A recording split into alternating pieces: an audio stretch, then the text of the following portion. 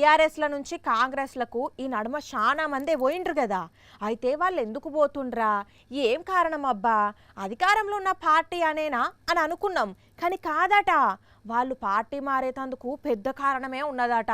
అది ఇప్పటి వరకు ఎవరికి తెలుసో ఎవరికి తెలియదో మాకు తెలియదు. కానీ ఇగో ఆ సీక్రెట్ని అయితే మల్లారెడ్డి సార్ బయట పెట్టిండు. కార్పొరేటర్ల కౌన్సిలర్ ఎందుకు పంపించిన లేదు,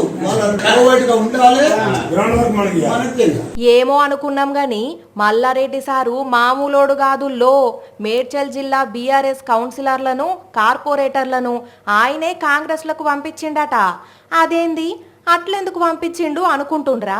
మల్లన్న కోబట్టులుగా పనిచేసేతందుకట. మరి ఆయనత ఎమ్మెల్యేలను కూడా పంపిస్తారా సారు?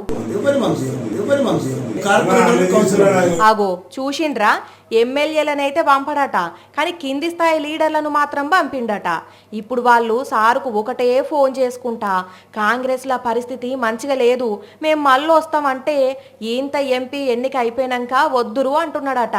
మరి మల్లారెడ్డి చెప్పేది నిజమేనో లేకపోతే ఇంకెవరన్నా పార్టీ మారుతారు అనే ఉద్దేశంతోనే ఇట్లా ముందే సదురుకొని మాట్లాడుతుండో తెలియదు. కానీ బాంబు వేల్చినట్టు పెద్ద మాటే అన్నాడు.